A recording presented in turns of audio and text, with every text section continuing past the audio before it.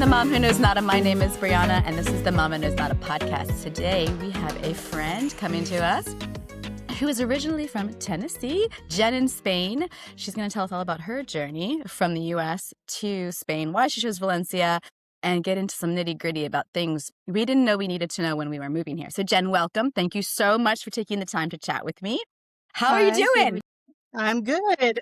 We actually just got back from the U.S. About a week ago. We were there for Easter break. So I got a little taste of U.S. life for a little bit. Do you miss it? It's a complicated question because, yes, there are things that I do miss. There's some foods that we miss. I got to give a big hug to my brother, who I miss dearly. So there are things and people who I miss, but in general, we were all kind of ready to come back and be here. So Interesting. this has kind of become more and more home the longer that we're here. Oh, that's incredible.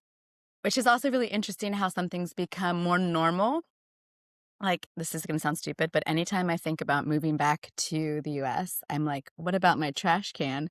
Because I have one of those like multi-compartmental, like, really robust trash cans because there's 6 different ways of distributing trash here that we don't have in the US. And not having that makes me very sad. Like, it's so simple, but it's like, we don't have that in the US. They don't appreciate it. They don't value that. And I do. I don't want to let go of my trash can. So if you ever think that's something lame, like that's my thing. No, I get it. So because your family is there and you've lived your life in the United States, what was the reason that you and your family decided that it was time for a change? So this is kind of a long story, and I'll try to condense it as much as I can. So as a kid, I was a big bookworm. I read a lot. We lived in rural Kentucky. There's not much to do. It's out in the country. Like, there's no movie theater nearby. There's no kids to play with. So you have to entertain yourself. So my siblings and I, that's what we did. So my sister and I kind of became bookworms. And I don't know, I guess I just read about all these different places and always wanted to travel and do things. And so I got older, never got to study abroad, got out of college and I met my husband in college. We got married, and then we decided we were going to travel. Well, then kids came along a little bit after that. So we had a little bit of time to travel, but then we had the kids, and it was just too much. So we never really traveled very much with them. Then in 2020, my mom died. And that was kind of the catalyst for everything. I mean, she had dreamed of retirement forever. She had always wanted to travel and do things with her sisters and, have a nice retirement and nothing fancy, but she wanted a nice retirement. She got sick in her 50s, and by 69, she was gone. And so I watched that steady decline. And so then I went through this period of grieving for 2 or 3 years. And then the Covenant school shooting happened in Nashville. I don't know if you remember that, but we were getting passports for our kids that day. We were planning a cruise. It was 2023, and we were planning a cruise. We were like, okay, this fall we'll take a Disney cruise because we had taken them to Disney in 2022. And we're like, this will be fun. We'll do this next. And we got in the car, and we heard about the shooting. It was like 10 o'clock in the morning, something like that. And something in me broke. Girl. I was like, what are we doing? Retirement is not that far away. We're like, what, 20, 25 years from that? There's a school shooting in my backyard. My mom's gone, never got to do anything she wanted to do. And I don't know, something broke. So I went down this rabbit hole. And my husband still can't tell you how I convinced him to do this. He's like, I don't know what you gave me or what kind of weird dream we had, but he's like, I don't know how I'm here, but I love it. So the voodoo of a woman. I mean, so that was 2023. And then what year did you move? 2024, 2025? Toward the end of 2024, we moved August 2024. So I spent most of 2023 researching. I took James Blick's Move to Spain masterclass. So we were like class 7 or something. So not too far into how long he had been teaching that. And I just wanted to know everything. I thought it was worth paying for to just know, because Portugal was the initial thought. Yeah. Because everyone talks about Portugal and it's easy to move to, blah, blah, blah. And I don't know, it just didn't have the appeal to me. Fair. As Spain. So we actually ended up taking an exploratory trip to Spain in that fall instead of going to the Disney cruise. So we kind of spent our time just exploring towns. We visited a couple of schools. We had friends that had moved to Barcelona. We visited with them. Um, and then we came back and we are like, okay, yeah, I think we can do this. And So so why was that's it when it really started. Valencia? Why Valencia then? So we had looked at Murcia. Okay. First, that was the first place that we thought, okay, maybe. We got there and the climate just kind of wasn't it for us because it was very desert. It felt very desert, and we're not desert Mm. people. You can see I'm very fair. My husband's very fair. Like all of us. I have a redheaded daughter. Like I don't know. The heat is going to kill me. Valencia is not cold, but it's also not Murcia hot. So anyway, we went to Altea, we went to Murcia, we went to I forget Cartagena. Like there were several cities You went in to a that lot. area. You did a lot. Yes, we were in Barcelona, and our friends tried to convince us of Barcelona. Yes, we packed a lot in because we knew, and we weren't doing a lot of touristy things. We did a few touristy things, but it was like visiting schools, visiting grocery stores, driving around, seeing what that was like, trying to get a feel for, okay, if we Yeah. were going to live here, what would we be doing while we were here? So we tried to focus on that, but we did do some fun things because, I mean, of course, it's Spain. Right. Por supuesto. But ultimately, Teo was too small. Mm. And it would be the same driving lifestyle that we had in Tennessee. Mm. Murcia, kind of the same, not as well connected. Cartagena, kind of a port city, more like cruise ships and stuff. And so I was like, I Mhm. just don't want to be in a huge Madrid or Barcelona, Fair. but we need healthcare, we need school options, and we need transit because I don't necessarily want to own a car. And so after narrowing all that down, I mean, Valencia made the most sense. I Mhm. mean, I know it is the popular option right now. It wasn't quite as popular when we did it, Heard. but, um, but yeah, I mean, that's essentially what it came down to. So, I love that because I feel the same way. Somebody asked me the other day, like one of my friends, she's moving, and she's like, "How did you decide on Valencia?" And they're going to go to Madrid. And I said, "Well, I just knew what we needed as a family, what our things were, and certain cities weren't going to work for us just off the bat. Like, needed to have an airport, needed to be well connected." So same kind of things that you're saying. I needed to have certain type of school. My son's in a Montessori, and that has been like his like the common ground for him, like, where he can find solace because it's very familiar. So, yeah, so to your point, and I think that's what people need to think about. It's like what works for one family isn't necessarily gonna work for the other. So it's great that you're highlighting, like, what your family needed, and I think that's awesome. The other thing I wanna touch on is the school shootings, because anytime people are like, "Oh, do you miss home?" And, like, I don't know how much you know about my personal life, but it's a shit show right now.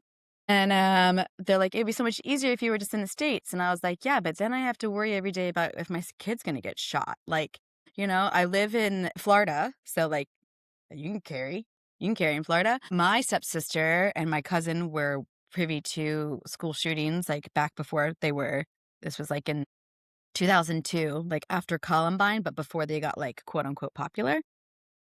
And, that really impacted their lives, like, my stepsister ended up killing herself. So, like, so it just impacted all of our lives, very detrimentally. I can't imagine being in a place of privilege to have a choice. Why would I subject my child to that? Why would I put that anxiety in their life every single day? And that is definitely a podcast for a different day when it comes to parenting. But I love that you happened to, but I love that you're making it known that that was part of your decision because it is something that Americans live with every day. And some people don't have the option or choose not to have the option to leave. And I think it's really important that we highlight how integrated in our culture, unfortunately, those school shootings are. It's really and it devastating. wasn't the catalyst, but it certainly was a factor. Like it Well, was like that was the straw that broke the camel's back. I'm like, okay, now this is in my backyard. yeah, And when it hit, before you kind of compartmentalize it and go, okay, if that's over there, it's not over here. But when it's in your backyard, it's a different feeling. you can't ignore it anymore. And then your mom, too. Like, that's a big thing, and knowing that she couldn't live out her retirement. It's like you only have this one life that we know about. You might as well do something Right. fun. And I probably would not have moved had she still been here. I know I wouldn't have because I was very close to my mom and I wanted to be there for her however I could. She was 2 hours away in Kentucky. Mm, We were in the Nashville area. And mm, so with her there, I miss my mom dearly. But if she were still here, I would not be doing this dream. So mm. it's a double-edged sword in a lot of ways. I'm not sorry we're here. I'm sorry my mom's not here, but she would want me to do what I wanna do that makes me happy, and I'm okay with that. Like, I'm okay she would be okay with it. She's there in spirit always, Yeah. you know? I know that's not She w the thing to say, but, like, I just me and my spirituality, like, I always feel the people who we love are always with us, even in their absence. So, again, another topic for another day. So, when you were organizing your move, which plan of action did you take? Like, what visa? Did you apply for that in the US or here? Like, what did you choose to do? So we did the non-lucrative visa. We have a rental property, our house that we still have in Tennessee, and then we had some savings, and, we applied in Washington, DC. So this is a little complicated. I got my coffee. I'm We ready. Tell me. we were in Tennessee, and the Houston consulate is notoriously difficult when it comes to visas, and they were then, and as far as I know, they still kind of are. So we had to rent our house out. We knew we were leaving Tennessee. So we opted to move and change residences for the summer. So we left at the end of May 2024. We left Nashville, Murfreesboro area, and we moved to Raleigh, North Carolina. And we set up house there. We got driver's licenses. Yeah, we did the thing. We rented a house, like we did the thing just for the summer. And then once all that was established, we made our appointments for DC. We did that, and then we spent the rest of the summer in DC while we waited, or in Raleigh while we waited for DC to respond to our visa situation. So we had an answer in just a month. Wow. And so that's part of the reason for the move was because we knew DC would be much faster too. Anyway, then we spent the rest of the summer prepping and getting the dog ready, and because we did move our dog and just getting things ready to go and wrapping up life. And yeah. I think you made a really good point too, that you don't know this until you need to know it, that when you are applying for visas or need to make a visit, there are certain like embassies, consulates, depending on where you live in the US that you go to. It is the same in Spain. Like I think we're supposed to go to Barcelona for embassies or like certain things. And I think for passports it has to be Madrid if I'm not mistaken. I can't Yeah. remember exactly here, but like I just did that. yeah, We well, just renewed passports. you can tell me all about it because I'm going to have to do it in a few months.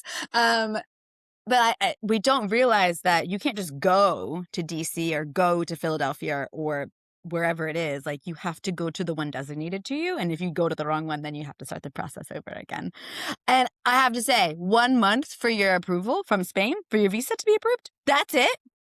Yeah, it was very fast. We were surprised. We were expecting maybe 6 to 8 weeks, but we had our appointment in June, and by, like, mid-July, I think, we had our answer. Okay, so because you just did this and it's fresh in your brain, tell me about your passport renewal process from here because it's slightly different, I would assume, than in the US. Yeah, it is. It's not for the kids. It was just for me and my husband. So for adult passport renewals in Spain, so you take we had photographs done in the US because we were already there. It just made Mm, sense. We were like, okay, let's just get that and we'll take them back to Spain.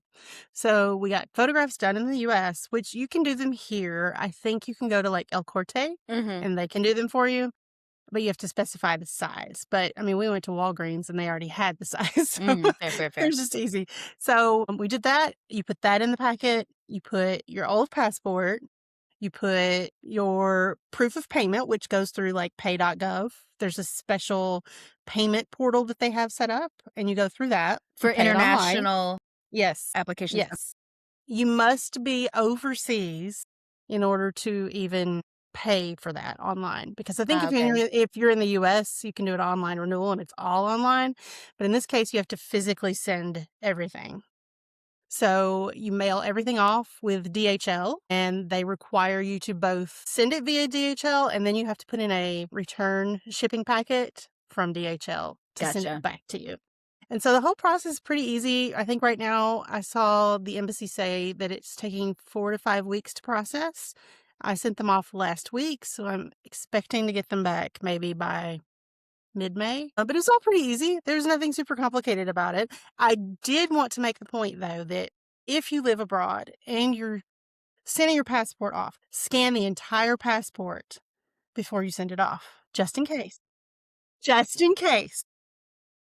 And why would I need to do that just in case? Well, if you're in Spain and you end up wanting permanent residency or you're renewing your visa at some point down the road, they're going to say, hey, let me see all the pages of your previous passport so that we can make sure that you've spent all your time in Spain Uh, or most of your time in Spain. Let me put it that way. Because you can only have on our visa, and I don't know about the other visas, but I know on our visa, you can't have spent more than 10 months out of Spain in 5 years if you want permanent residency at the end. and so how often do you have to renew your visa, the non-lucrative? So we got a 1-year visa the first time Okay. from the US. We renewed last year for 2 years. Okay. So we're good until 2027. And then we will have to renew one more time for 2 years. And then we're done. And then what are the restrictions or constraints associated with your visa? Income mostly. Like you have to prove that you have the right amount of income and the right amount or the right amount of savings. Pick one. Passive income or savings or a combination. It can be a combination of both. So in our case, it was rental income and savings. And then a lot of people who retire, they have pensions or 401ks or whatever, and they use those to But you can't technically work on the non-lucrative visa, is that correct. correct? Okay. Correct. But it is a pathway to residency after 5 years. Yes. Okay. I didn't realize that, actually. We're in the Yeah. digital nomad at the moment. Which I think is also a path to permanent residency. Yeah, if you're like empadronamiento and you do things properly, but that's a different topic for a different day. What was the hardest part about organizing your move abroad? Well, that's a big question. There were so many steps that I really needed a visualization of it. So I guess Mm, in my case, I built a giant Trello board. And so I had I love that. projects and they had checklists. Each project on the Trello board had a Oh my checklist. God, I'm amazing. This sounds very organized. And so Maybe I come help me. So as we did it, I check, check, check, check. And then once one was done, move it off to the side. The dog was actually a big one. Schools were another big one. So there was a school that we fell in love with in Murcia because we loved the director. I actually don't even know if the school is still open. It might be. Wow. I haven't dug too deeply into it, but we loved the school, the American School of Murcia. I looked, I think I tried to look for it the other day and it was like either called something different or maybe not in existence anymore. We loved the director there though. And yeah, so that would have been one check mark in favor of Murcia for sure. But we ended up in Valencia, and really I only focused on one school, which now Fair. that I hear that people are having trouble getting into schools, that might not have been the best methodology. But at the time that we moved, it was not, how do I put this? It wasn't quite as blown up as it is now. Yeah, not as competitive So at the moment. Yeah, yeah, I think get it was that. easier to get in. So you've been writing a lot about your journey here in your Substack Yes. channel. Is it called a channel? I don't even know. They just call them Substacks or Yeah, stacks, I think. I'm like, I don't know. I can't keep up with all the different terms. Like there's threads, I can't. Like, Yes. come on. Yes. Anyway, you're a writer. You've been chronological. What's the word I'm looking for? Chronologically might be right. Yeah, like what's the correct vernacular though? You've been That might be right. Yeah. chronicling your Yes, there you go. adventures. There we go. In Spain, all the things that you've done. So you have a lot of really good information out there. So I want to highlight some of this put a little spotlight on your writing. It's Jen in Spain. Also find her on Instagram under that name as well at Jen in Spain. So you No, discussed. hold on. Wait. Well, Jen_Cook. Sorry. That one's a little different. oh, but your sub, okay, Yes. because you call yourself Oh, Jen in I Spain. tried to take the Jen and Spain label. Somebody else has it, so I can take that one. So I'd just leave it. It's Jen_Cook. But yes, if Jen you in search Spain. Jen in Spain, I'll probably pop up because Okay. that is the name Damn that I it. put, I think, on the. 'Cause No, it's I totally fine. refer to you as because on your Instagram it says Jen in Spain, so I'm just like, oh, her handle is Jen in Spain. It's totally fine. Slacker. I'm a slacker. You talk a lot about like Spanish bureaucracy and some of the things that you've run into as you're navigating this adventure. So let's talk a little bit about that. When you have a post about your visa process and the step by steps of like what to do, what bureaucracy have you run into as you have been enjoying this transition? So people talk about how horrible Spanish bureaucracy is, and I completely understand. It can be very overwhelming. You know that. You've been here long enough to know that. But I do think that there are some things you can do that kind of help with that. If you kind of plan ahead and you know, okay, they're going to ask for this, this, this, and this, you can avoid a lot of problems. So the first thing that we had to do when we got here was get the padrone.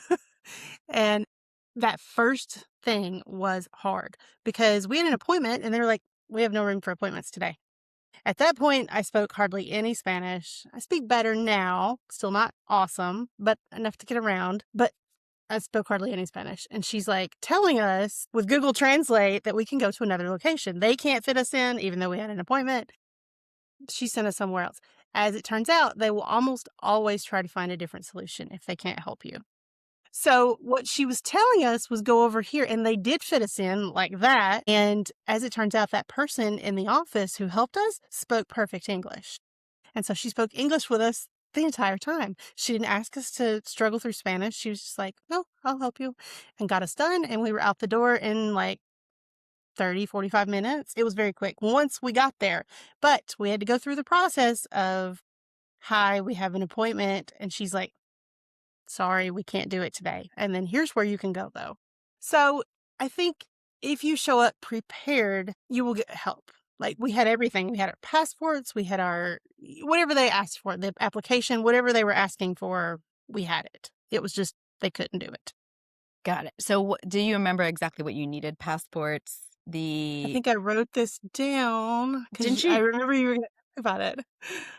Let's see. Yes, you have to have your lease, which we had. You have to have the application, the solicitud de I can never say that. empadronamiento? Empadronamiento. See. See, passport, your NIE. So, like, if it's if you with an NLB, you get a visa pasted into your passport. So you will have the NIE number already on that. Okay. So you bring that, and then all your family members should try to be there. I think children they don't necessarily require. Our kids were with us because we were getting things done, but probably it's better if you have everyone with you. If you have everybody, do you have to have your actual TIE card or can you just have your No, NIE number? Okay. no, That's you good just to need the know. number.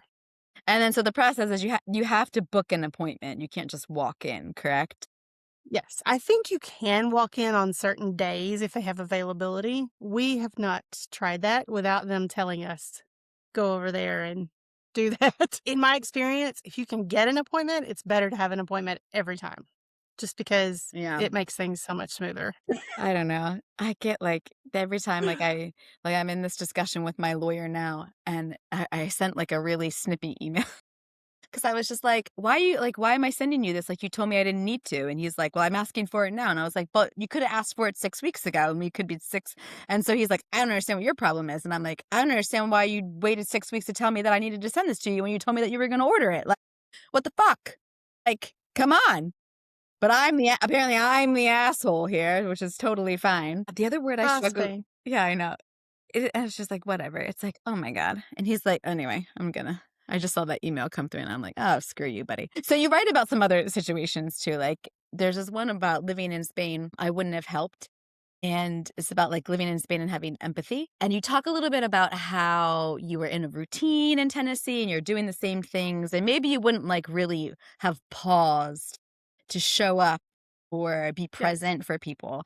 And I thought that was really interesting because for me, I feel like half the time, like I'm either around people that I know are supportive or like completely isolated from everybody. And so I kind of wanted to dig into this post a little bit and have you share your experience with how you were then versus how you are now in that kind of area.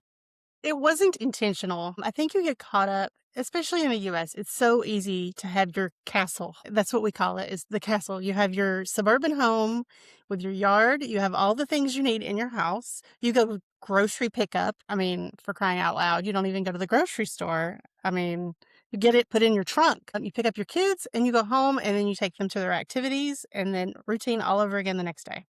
There's this isolation that happens even with your neighbors. Like you might see your neighbors walking down the sidewalk, Mhm. but you never interact because you're in your house and you're looking out the window at them. And Yeah. I guess that's the best way to describe it. You don't have an opportunity to interact with someone who's different from you or Mm, might need something. Like you're in your own world. It's a mm. bubble. And so, like, I was telling my husband about this. So, how this story came about, how this post came about, there's a woman at horseback riding. My daughter does horseback riding. And there's a woman there who she's been seeing us since we've been going, since last year. And she'll see us every week and we speak a little and say hello. And she lets me practice my broken Spanish. Love that. She's very sweet. She has a son who comes with her. So, like, she does her thing, he does his. Nice. One night, I don't even know how it happened, but one night we're chit chatting a little bit, and she says, "Why don't you come home with me?" And of course, everything she's saying to me is mostly in Spanish.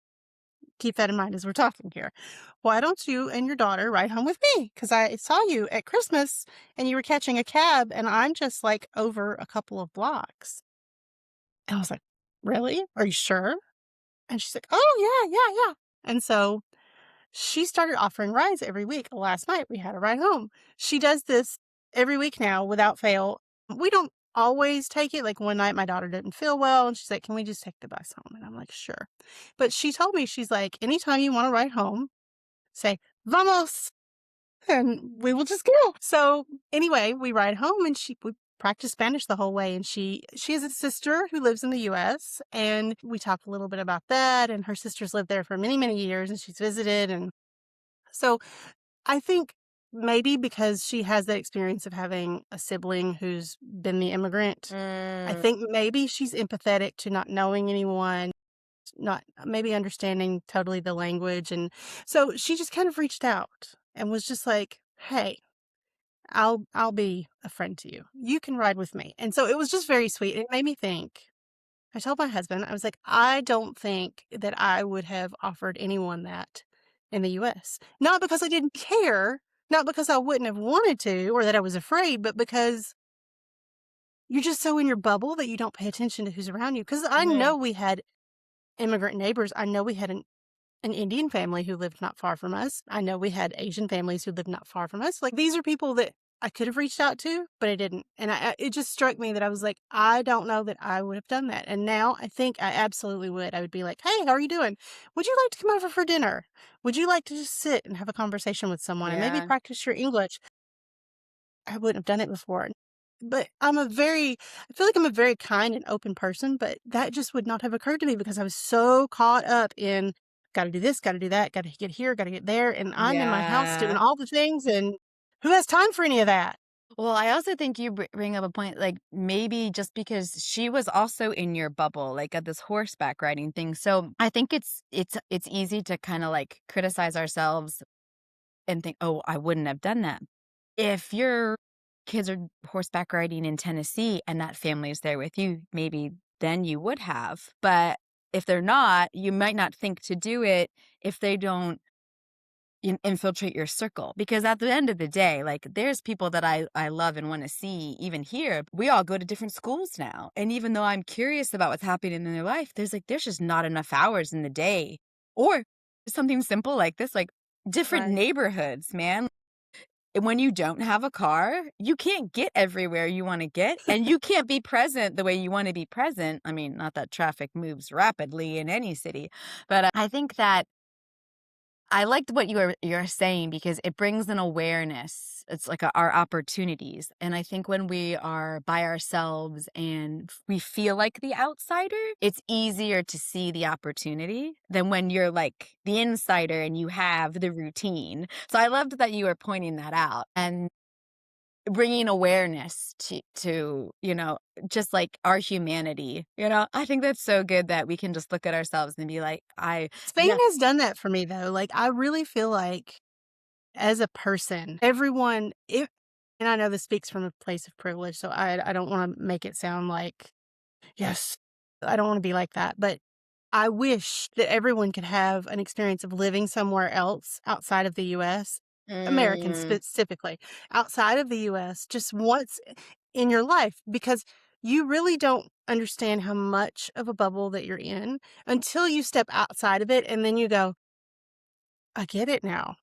Because when other people from other places are talking about how yeah. difficult this or that or the other is, you don't really get it until you've kind of had to do it, and it is very challenging, like, in ways that will just make you go, And I think the other thing is I don't think we realize how privileged we are as a nation and how even like and on the spectrum of like how good it is even when it's bad in the US. Like we have such a comfortability in the US, an ease of things, and access to things.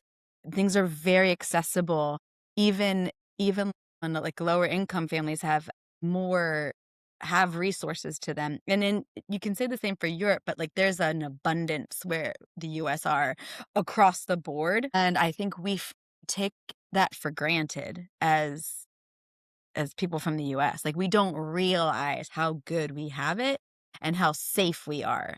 Well, safe we are, because the safety thing is a little bit of a crapshoot, I think, depending on where you live. But I love that you're pointing out, like, our humanity. Like, and I think you're absolutely right. Until, like, I lived in a lot of places in the US, but stepping out in Spain has really been like you're saying, like, really eye-opening for me too. Which leads us to another thing that you talk about. Life abroad isn't a fairy tale. "No, it's not." I was talking about this on a podcast with, this lady, Mary from Greece, and I think this is really poignant because you go somewhere, you're like, "I can live there. I could totally live there. It's so beautiful, so many things." But doing that isn't as glamorous as it looks. So would you delve into this one for me? So, I think we all have this idea. Influencers have a lot to do with this, especially, like, the super big accounts, like Yeah. the ones that glamorize moving abroad, especially Spain. I feel like Spain and Portugal get the brunt of that. They kind of make it look like if you just move, all your problems go away. And I have problems with this because logically speaking, we all know that's not true. Yeah. But when someone's showing you palm trees and beautiful cathedrals and mountains, how can you not buy into that just a little bit? And wine and However, sunshine. I right. mean, come on. And having lived here now almost 2 years, we're coming up on 2 years. I've seen some. Mama in Madrid is one that's talking about it some. She's starting to say, "Hey, I still have life here." And this is what I keep telling people. I'm like, "Yes, I have a lot of fun living here. It's wine, it's sunshine, we can walk out our door and we can walk in a direction and explore something new. It's really fabulous in a lot of ways." Yeah. However, you still have financial problems. You Yeah. still have marriage problems. You Yeah. still have kid problems. Yeah. You still have bills to pay. There are still whatever issues you had in your old life, you're going to have them now, except in a new language and a new country. So, that said, the trade off was absolutely worth it for us. It won't be worth it for everyone. Everybody. Yeah. I go ahead, because I can go down a rabbit hole here if you want me to. Feel free. I think that in my experience, not to make this about me, but you said something very poignant. Like, I think that moving abroad exacerbates your issues or reconciles your issues to it. Like, if we're going black and white here, because like you said, nothing changes. You're still the same person in a new space, and you have to learn how to be a new person in this new space, because where you are requires different things from you, right? Like, just learning Spanish, just navigating a new system that's not the same, understanding that it's not the same. But, like, for me, like, I was having marriage problems, and they were just exacerbated when we got here. Nothing changed, like, I thought we would come together, we just fucking fell apart. And so now I'm navigating that in a foreign country. And it's like, so to your point, it's not a fucking fairy tale. It doesn't end glamorously. And if you're not solid or you're not on the same page as your partner or your family, like, it can go AWOL real quick. I'm very fortunate. I have a husband who, if I brought home 30 zebras, he'd say, "Well, this is inconvenient, but I'll build a fence." Like, I'm so fortunate I have a man who would do that. I realize not everyone has that. I'm Yeah. very It's aware. amazing. But that does not negate that it has been really hard on our kids at times. Mhm. That first year was bluntly fucking horrible. There was a lot of adjustment. They were both going through puberty, still are. Mm. So the first year was a nightmare. But for me and my husband, it was great. We were having a great time.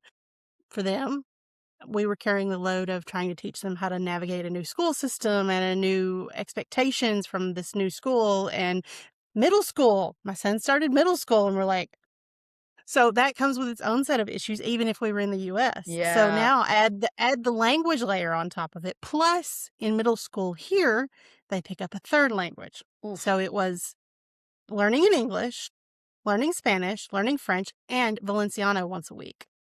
So I guess four languages really. But point is, just because you move abroad, you will not lose all your problems, but you will also add the language issues most likely, in Mm. addition to navigating all the bureaucracy and all the whatever. And I feel like people don't talk about that. They're like, oh, Yeah. it'll be so wonderful to move abroad. Yes, it is wonderful. I don't regret it in the least. Right.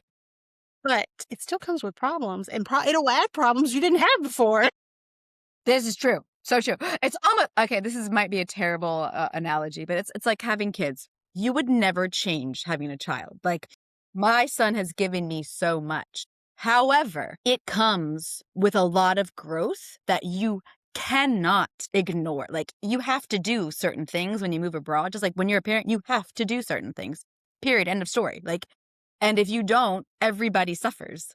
So, I mean, you always have a choice, but I wouldn't change it either. I'm right there with you. But fuck, there are certain things I was like, this is way more difficult than I thought it was going to be. So, in the vein of fairy tale, though, like what has been picturesque and just like incredible and like magical for you? So the first year we spent mostly exploring Spain Mm. because, I mean, you're always looking down the barrel of visa renewal when you've Yeah. got 1 year. So once we've gotten past that, it started to open up more of Europe because now we're like, okay, well, now we'll start branching out more of Europe because that was kind of part of why we moved here was we wanted to explore and be closer and be here and get to experience languages and cultures and things that are really hard to get to when you live in the US when it's a 9-hour flight to anywhere. Well, Hmm. I love that a Tuesday for us is we walk down to we get on the metro because where we are in the city, but we get on the metro and we're at the Mercado. Now I can't do Spanish at all, apparently, when I'm on a podcast. Mercado Central. We Yeah. go there and we go get a slice of Mm. it's the most amazing cake I've ever had in my life. And we will spend our time walking through the stalls and getting little different bites to eat and a beer maybe. And like, that's a Tuesday. I could never do that in Tennessee. That's a Tuesday. And then we walk out and we wander down a street and there are buildings that are older than our country. Yes. Yes. So that is the fairy tale part. That is the part that makes me go, Yeah. There's this church, and I'm not, I grew up Catholic, but I don't go very often. And there's this church not too far. Well, I don't know exactly where it is, but it's right near, it's on a random side street. And it was there since the Crusades. And I love going in there for like Christmas and Easter. My ex-husband, I found it actually. But I love going in there because it's just this old and it's just small and it's nothing, exuberant, but it is just an incredible thing to be sitting like literally in history. And sometimes when I'm having a real shit day, I just like step outside and I'm like, it could be worse. It could be worse. Like, okay, so the pros and the cons. Is there anything that would take you back to the US? Is there anything that would force you to leave Spain? I don't think so. I think at this point we're kind of committed to writing it out. Like Mm. we're here. The kids at some point might want to go back. I can Mhm. see them maybe wanting to go back for university. Mm. My son in particular, he's more interested in the US than my daughter. Is he older or younger? I can't remember. He's older. He's The older 13 one. and a half. Oh My gosh. daughter is going to be 12 this summer. So, Oh wow. yeah, I have a teenager and a preteen. I'm sorry. Good And it's luck. okay. I mean, we had them close together, so it is what it is. I I don't think so at this point. We don't have much family left. Mm. We have my father-in-law, we have my siblings, I have a brother and a sister, and my kids have cousins, but we don't have much family. There's not much motivation for us to return unless we became in dire straits financially or something, and then we might have to, but I no. Yeah. I think we're here for. We'd always talked about doing it when we retired. We thought we would maybe move somewhere at retirement and Mhm.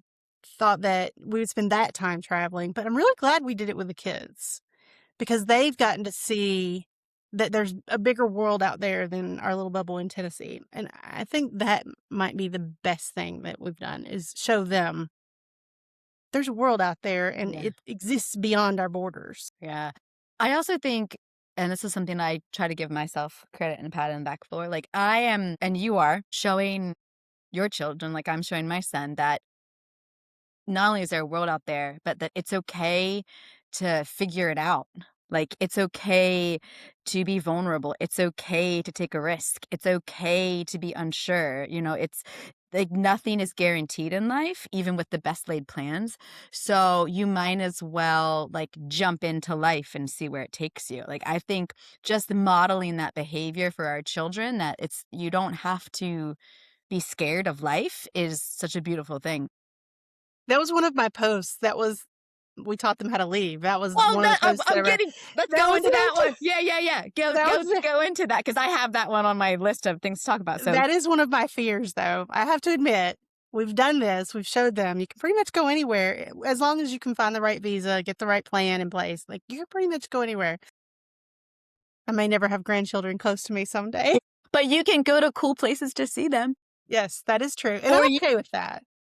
or you could just move close to them or spend 3 months there every summer, Yes. whatever it is. And that was kind of the point of that post is like once you open this door, there's no putting Pandora back in the box. She's out and the kids know now and they will always know it no matter you can tell them, I really want you to go there. I'd rather you stay here. No, mom, that doesn't work on me now. No. But that's not what you taught them. That's not what you showed them. No, And it's not. I think even though, I mean, we're not super close, but I could see like you wouldn't want, just like your mom, like you said, your mom would want you to be happy. Like, I think you want that for Yeah, your kids. Of course, you want of them course. close, but like another post I want to talk about, because again, you can have the best laid plans and it all gets fucked up. You can do all the research and still get it wrong. Can we talk about all the research you did and then what still went wrong Oh gosh. with all your boards? I love that. Oh man. So with the dog in particular, we went through the whole process of USDA vet. That was expensive, by the Yeah. way. Heard. We Yep. we we hired a pet relocation person because Mm. we had the issue of flying out of Raleigh. So flying out of Raleigh, there was an embargo on flying pets because it was hot. Yep. So in order to get the dog out, he had to go north. He flew out of DC, we flew out of Raleigh. And so yes, it was super expensive to hire the pet relocation person, but it was white glove. So I'm going to defend it a little bit. A lot of people see the price and they're like, "Oh god," because you're in a stroke when I tell you how much it was. It was $6,000. But We moved our cat and our dog and it was like 7. So, let me tell you what was included, though, and it sounds a little more fair. They came to the house at 5 a.m. to pick up the dog. They drove him directly to DC. Like white glove, stayed with him until he was boarded, got him on the plane, the whole bit. Then, when he got to Europe, he flew to Amsterdam first. They kept him for a couple of days there, let him settle, let him get used to things. Then they flew him to Madrid. From Madrid, he stayed at a boarding facility for like a week. And then they wow. drove him to our apartment. So it was very all inclusive. It was very expensive, but it was very all inclusive too. So I don't regret spending that because as stressed as I was about getting us and the kids and all the luggage here, it was worth every nickel. What did you do with your stuff? Because you just recently posted about this, about you went back to the States, you emptied your storage unit. So talk about what you chose to bring, if you don't mind, and what was left behind. And then your What happened with the dog, though, is we got all the paperwork done, got everything ready, and FedEx was not going to deliver the paperwork that had to go on the plane with the dog until Monday afternoon. We were leaving Monday. There was no way for us to get the paperwork.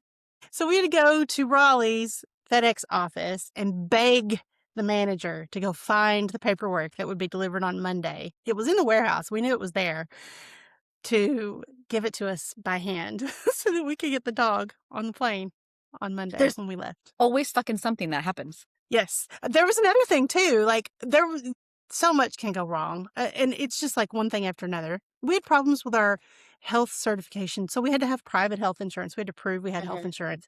And we got to the appointment in DC and they're like, this is not correct. You're going to have to get this fixed or we can't send it to the consulate. It was BLS. They handled all the stuff at the consulate or for the consulate. And there's something in the wording or whatever. So at the last minute, we had to go call our health insurance agent and get him to fix that. Thank God he has some connections because he got it worked out and we were able to go back the next day and file the paperwork to get the visa. So that was a nightmare. Getting to DC was a nightmare because our Yeah. flight was canceled. So we had to hop in the car and drive all night to make Oh, our 8 a.m. appointment. from Raleigh. I've done that. I've Yes. driven that We, coast like, many times. so when I say there's things that can go wrong, if it can go wrong, it probably will. And you will get so many wrenches thrown at you and you'll ask, am I really supposed to do this? Because Mm. like everything's going wrong. But in the end, we did it and it's fine. So yes, we did lots of research on everything. And ultimately, you're left in the hands of FedEx or BLS who doesn't want to let your paperwork go through or whatever. And yeah. So before we go back into your storage unit and moving stuff, um, oh my God, I just had this question. You had to have insurance before you came over? Yes, with the NLB, you have to have private health insurance because you cannot access public health care. So did you have to use a Spanish insurance agent? Like, how does Yeah. that work? Yes, you get in touch with there's brokers, there's agents. We have an agent who's like a captive agent, much like a State Farm Okay, agent or okay. whatever. But there are brokers, and you can find several of them recommended out there, and they will go shop your health insurance and find you a private policy. It's very affordable. It usually ours for our family of four runs us $3,000 ish a year. Yeah, okay. So compared to U.S. health insurance that we were paying like almost 25,000 a year for, Yeah, a yeah. deal to us. Well, I was just curious because we have to have private health care too for our visa, but we didn't have to have it till we got here. So that I was just that's interesting for me that when you had your visa, I was just curious how you navigated that. Okay. You So, can line it up. You can set the date. We knew approximately when we would leave, okay. provided we got the visa. And so we lined it up to align with that month. We were like, okay, we know we're going to leave at the end of August. Can we just go ahead and make it effective August 1? That's kind of what we did. Cool. All right. That's good to know. Now, what did you decide to bring and leave behind? So there was a lot of stuff. We had a small 10 by 5 storage unit. I've talked about this a lot. It was the bane of my existence, mostly because it started at $75 a month. Oh, And geez, that shit. Okay. Yeah. by the time I we hear ya. finally closed it, it was 140 a month. And I said, Those fuckers. I'm done. It's got to go. So they changed hands at least once while we were gone. I think it was once. It went from like a local brand to a bigger, more Mm, regional or national brand. Anyway, we put things in the storage unit that we weren't sure if we didn't stay, we would want kitchen stuff, we would want right. Christmas stuff. We would want like things that we knew that if we needed to get another house or an apartment or whatever, we could furnish it pretty quickly. Like, okay, we've got a working kitchen, Right. that kind of stuff. Then we had some more personal items. Like I had china my mom had bought for me Mm, when I was a teenager that another story. A cedar chest that, oh God, that yeah. thing, I didn't know what to do with it. My husband had some like, stuff from his dad that his dad had passed down. And so there's some things that were personal items. And we just stored it because we're like, okay, we'll have to deal with this at some point down the road if we decide to stay. So we packed up clothes, we packed up some of the kids' toys, we packed up like, just normal stuff you would need when you move abroad. And we fit it all into 9 suitcases. We all had a personal item and we all had a carry-on. And so total, I think that amounted to what, 9, 13, and then another 17 bags total. But like that was like purses and stuff were the little personal items. So it was in like, anyway, it was a lot of bags, but we came with 9 checked bags. When we came back from this trip, we emptied the storage unit. It's gone. Finally. We mostly got rid of everything. We did Wow. bring back the Christmas stuff. We got rid of all the kitchen stuff. I got rid of some things that I really didn't want to let go of, but there wasn't a good way to bring it here without getting a shipping container, which Mm. we really didn't need. And we ended up bringing 6 checked bags back. There's a story that goes with this. We went to a postal place to ship some of the items because I had Mm. some fragile things that I really wasn't comfortable putting in checked baggage. Yeah, Like fair. stuff for my mom, travel stuff that we had collected before we had kids, that kind of stuff. Yeah. Went to put it in the box. They told us how much it was going to be with DHL, which is usually the cheapest international option. Yeah. It was a 21-pound box. Would you like to know how much that 21-pound box was going to cost to ship? I would actually. $1,100. My mouth hit the floor. I said, okay. Wow. I looked at Will and I said, we are not going to pay $1,100. We are going to go get 2 more checked bags and we're going to fill them up. And we're going to bubble wrap the shit out of them. And you probably saved yourself at least $600 or $800. It was, I used points to book the flights. So the 4 checked bags were free. So I had to add 2 at $100 a piece. Oh, well, fucking Plus, we hell. had to buy the suitcases. So those were like 70 a piece or something at Still. Walmart. Like, I went to Walmart because I was like, I'm not paying anything more than absolutely necessary.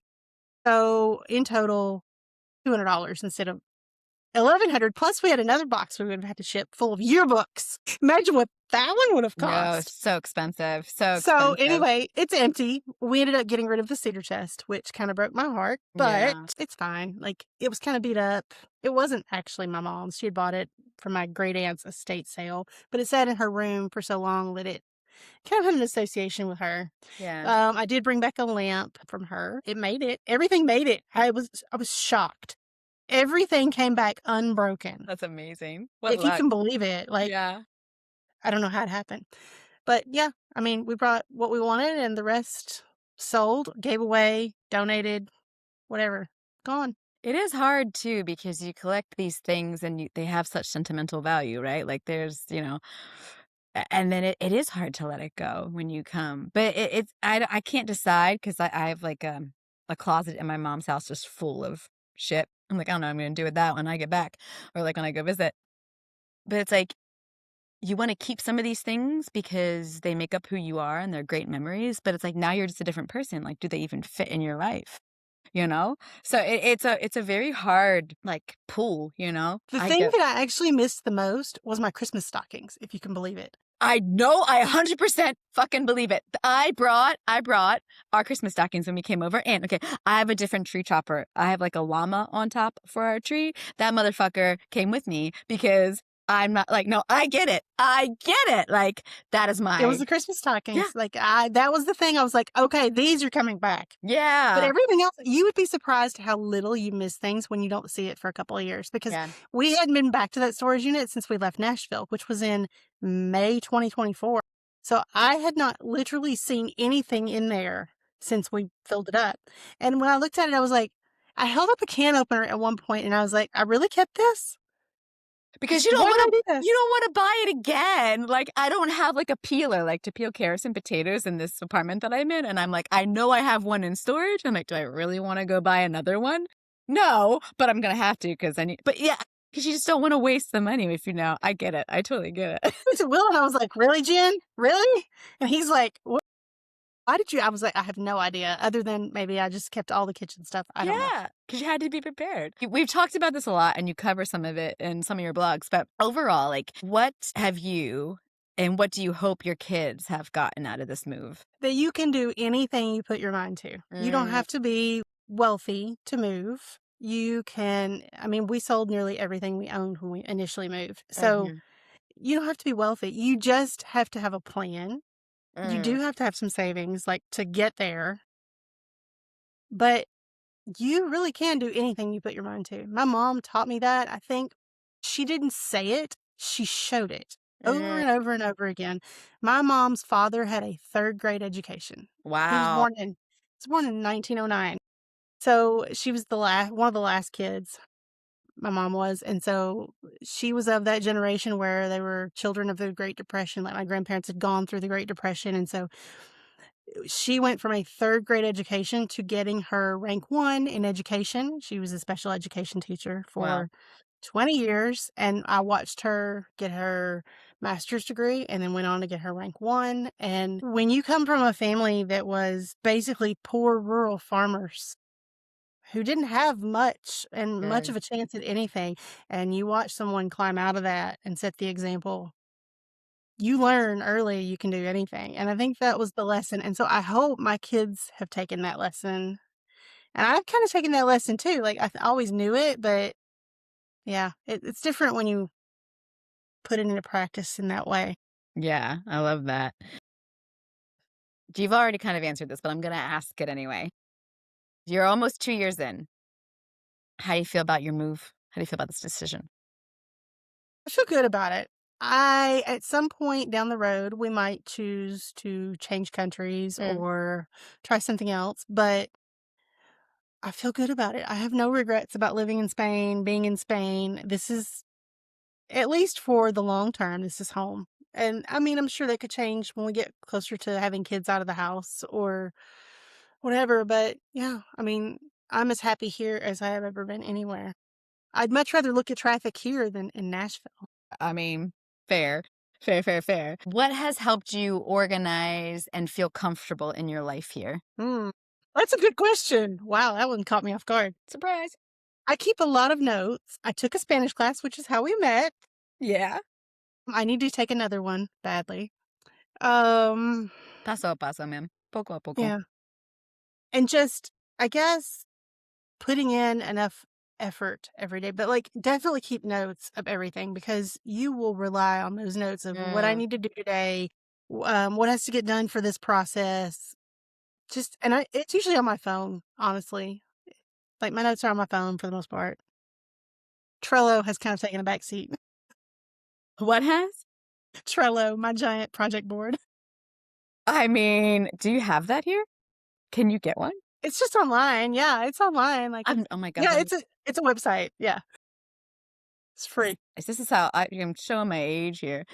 When you do miss home, because you've also talked about this, like finding NyQuil, but when you do miss home, or there's something you really need or want that you can't find here, how have you like supplemented or made a new comfort, I guess is the better question.